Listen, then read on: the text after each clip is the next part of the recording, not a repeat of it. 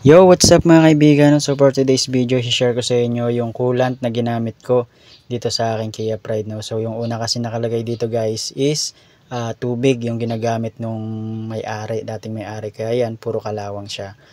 And then yung pinili kong kulay guys is yung kulay green. So yan, kulay green yan.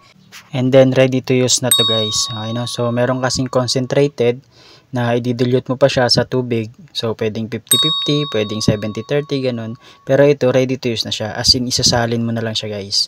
Okay, no? So ang capacity nito guys is nasa 3.7 liters yan.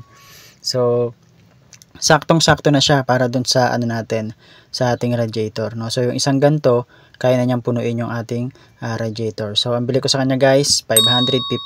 Okay, 3.7 liters. And then yung instruction niya guys nandyan sa likod. Ayan. So nakasulat dyan na ready to use na siya. Hindi na siya kailangan i-dilute pa sa tubig. Okay, so makikita nyo ay naman malinaw. Yan, ibig sabihin yan guys, direct na siya, pwede na siyang direct na isalin. Okay.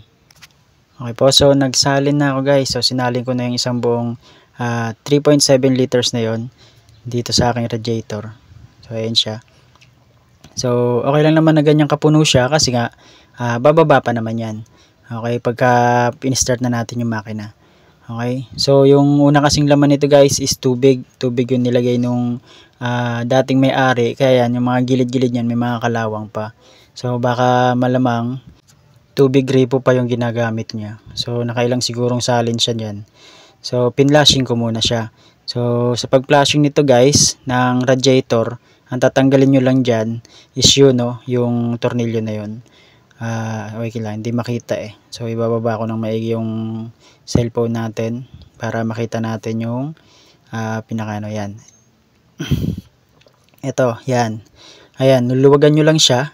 And then pag naluwagan nyo na siya, hihilain nyo lang siya pababa para lumabas lahat ng tubig ng radiator na yan. Okay, so nung pinilashing ko yan, labas lahat yan, yung mga tubig pati yung mga kalawang niya natanggal. So pinlashing ko siya. Okay, so ang mali ko dun guys, pinlashing ko siya ng tubig gripo lang. So dapat pala distilled water ang ating ipa-flashing sa ating radiator. And then nung na-flashing ko na siya, sabay sinalin ko na tong coolant natin.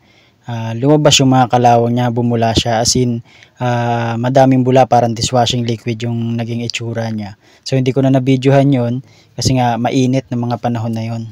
Yun, kaya sabi nung mekaniko, sabi niya okay lang daw yun kasi yun daw yung mga kalawang. So hinintay namin maubos yung mga bula bago ko isara. Okay po, so that's all for today po, no? So sana po meron kayong mga bagong natutunan sa aking vlog. So maraming salamat po sa panonood. And then sa mga hindi pa po nakapag-subscribe, subscribe na po kayo. Maraming salamat po. See you on the next video. Ciao, bye!